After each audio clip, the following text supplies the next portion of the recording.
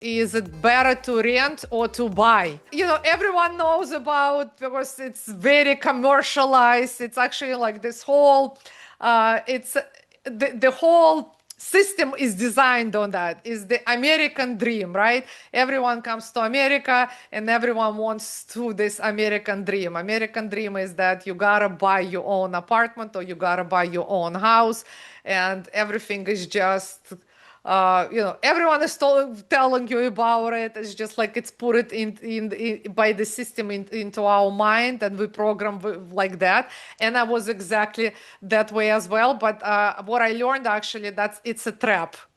And I was just like everyone else, you know, thinking that, yeah, I'm gonna buy this American dream. I'm gonna buy my own house. Thinking that the house is the something that is going to make you wealthy, something that is going to give you this freedom, but in reality it's not. Why? For the number of reasons. Number one, just to keep in mind, whenever you're buying the house, it's never actually yours. We're thinking it's ours, right? We're buying and we're thinking, okay, we have the ownership of the house. Why would we pay someone else the rent if we can just pay it to ourselves? But here's the thing that a lot of the homeowners do not pay attention to, and the reason the house is never going to be yours is because you always have to pay property tax on that house. So in reality, yes, you might have the deed on your name, you might have the ownership on your name, but in reality, it's not yours. It's still, in a way, you can say, belongs to the government, because from the moment that you purchase the house and up until when you sell it, if you're going to have it for years and years, the property tax you're still paying, and it always goes up. The property taxes constantly goes up. So in a way, if you look at it this way, then it's not you are who is the owner, it's the government who owns this house. So that's one way of looking at it. And then again, like the second way, there's a, you know, I know I talk a lot about this for those of you that already been in my community around me. Also, a lot of people thinking, okay, I'm gonna buy the house, and then they're so eager to pay off the mortgage. So this is a big mistake as well. If you do have your own house, then definitely would suggest for you not to try to pay off this mortgage. If you already have the mortgage, if you already have the house, do not pay off the mortgage, because again, talking about leveraging the money, this is the free money. So if the bank already gave you this money, then just utilize them. Do not try to pay them off. You know, the greatest thing about the real estate is it's that you can borrow the money against real estate. And typically it's the cheap money. So even though, you know, today rate is not that great, but it's still going to be cheaper for you to borrow the money against your house versus through the credit cards or any kind of loan. So if you already have the houses, then just utilize that. Do not try to pay this off earlier. If it's 30 years, just pay it over 30 years and just keep doing that.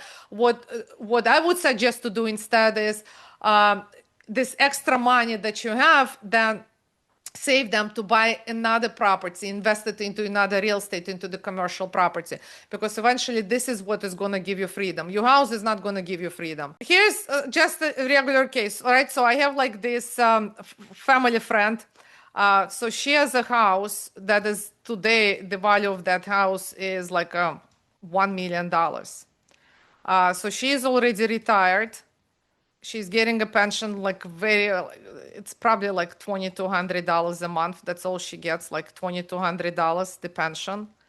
But then she's sitting in this $1 million house. Plus, obviously, there's a real estate tax. I mean, she did purchase the house very, very long time ago. So I guess the good thing is that that she's not paying that high real estate taxes, because it was still like based on whatever she purchased, plus obviously the market value goes up, but it's still not that much. On that house is like 10 grand.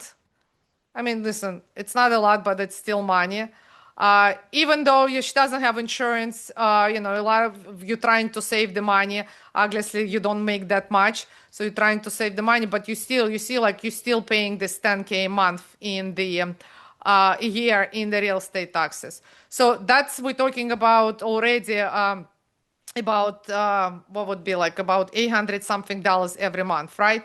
So out of the 2,200 minus this $800 already in real estate taxes that she is paying every month. So now that leaves you with what, like $1,400 that you have left to live off. But then you're living in this house, right? Water life on $1,400, that's not much you can do, right? Yeah, you can just pay for the grocery, maybe have a couple of $100 a month. You're not going, you're not traveling, you're not enjoying your life, you're retired, that's it. Like it, what can you do with this $1,400? But she's living in a $1 million house. What she could have done differently in that particular case, it's literally just to sell the house, to get rid of this house, invest the money, right? So let's say if you get rid of the house, invest the money, even if let's say if you just put it into the bank account with this 5% interest rate that the bank is paying, right? Let's just assume that. So that's a $50,000 that can be received a year. So 50,000 plus the so we're talking about over 12 months, right? So what is it, like about $4,500 a month? So now she gets this $4,500 a month, plus she has this $2,200 a month from her pension, right? So that's 6,700 in income, already monthly income that she has. And let's say, I mean, it's like she's one person. Why does she even need this house? And by the way, I see like a lot of people doing this. A lot of elderly people retire and living in this in the house. And, you know, and the biggest mistake that they do is they saying, okay, I'm gonna leave this house to my kids. But look at it this way: you have like two kids, you have like 5, 6 grandchildren, or maybe even okay, you have two kids and you have two grandchildren. The thing is that the kids not gonna move into this house. How are they gonna live there? They have, each one of them has its own family. Are they gonna all move to this house? They not. Okay, now you know eventually that person is gonna pass away. Listen, I mean that's the reality. We're not gonna be here forever. So what do you think the kids are gonna do? They're not gonna move there, and then what? One is gonna say, "I'm gonna move there," and the other gonna say, "Okay, but I want my money." So what's gonna happen is that they're gonna fight. Maybe not fight. Maybe they're just gonna decide to sell the house and then split the money between each one. So now, what is the point of sacrificing yourself just to think that I'm gonna leave this house to my kids? I mean, you know, there's a lot of like these strange reasons. People thinking about, and I'll tell you, I was one of those people as well too, until I learned this whole thing about investments in the real estate. So anyway, going back to this case, so now you know she has 6,700 in income, and then she rents. She can get a very good apartment for $2,000 a month. She doesn't even need more than that, and then she has this $4,700 every month left to spend on doing whatever she wants to.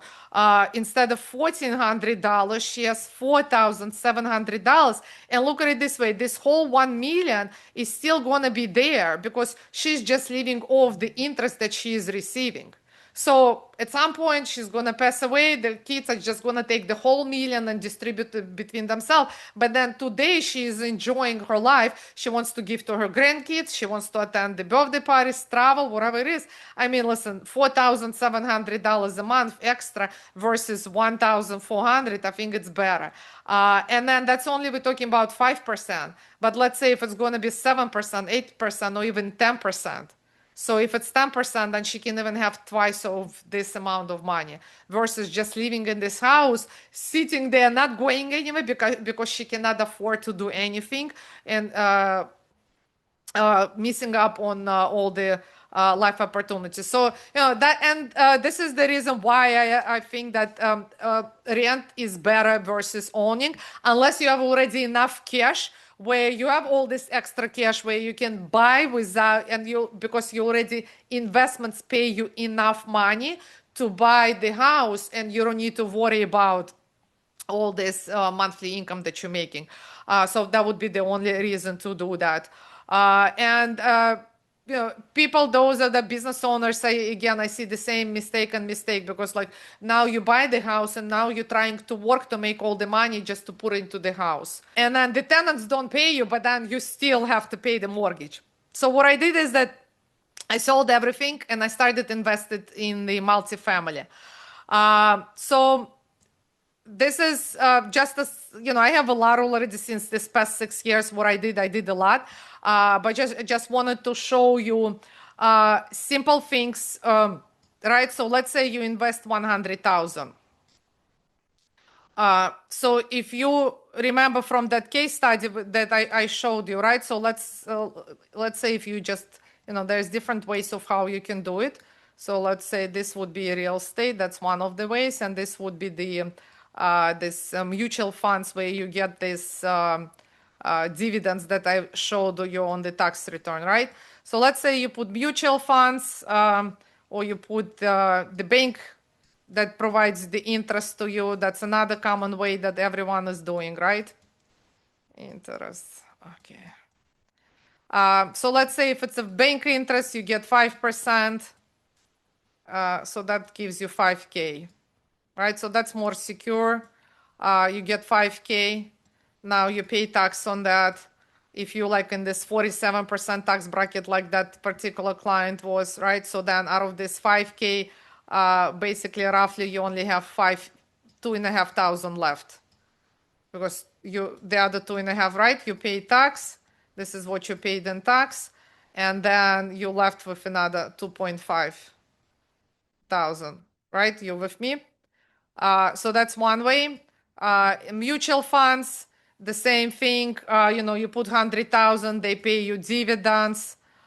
They do this capital gains. Yeah, you can potentially get like more money. I'm sorry, this is like, doesn't look very, very nice, but you get an idea. So let's say maybe you got more money here. Maybe let's say you got 10K, because it's a little bit more aggressive, not that secure as with the interest. You got 10K between dividends and the capital gain.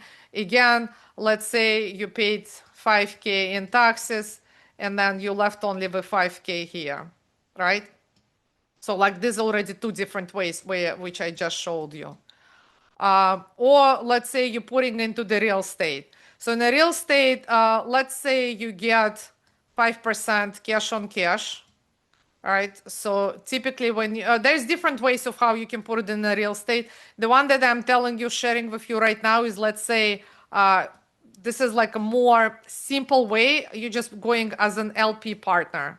Limited liability partner. You don't have to look for the deals. You don't need to sort the deals, buy, get the mortgage. You don't have to do anything. You just simply, just like you're putting money to the bank or mutual funds, you're just investing with someone who already did all the work for you. So they pay you cash on cash, 5%. So again, you're getting the same $5,000 as in the bank, right? And I hear this a lot of saying, oh, like, why would I do this if the bank pays me $5,000? So here's why you would do this. Because with the bank, we already saw, right? You're getting 5,000, you still have to pay taxes on this. So here with the real estate, you're not paying any taxes because you're getting this massive tax deductions. And I actually, you know what, I will show you. So this way you'll know what I'm talking about. Let me share my own K1. This is my own K1. So all real case studies. So this is one of the KYs, real K1. You see, you can even see my name. I did took out my ugly sensitive information. So in this particular case, there's few things that I wanted to point out to you. So you already saw, right, that we were talking about like investing the 100K. So let's assume like, that's exactly what I actually did in this case. I did invest at 100K. So by investing this 100K, right? So let's put it here now, 100K that we invested, right?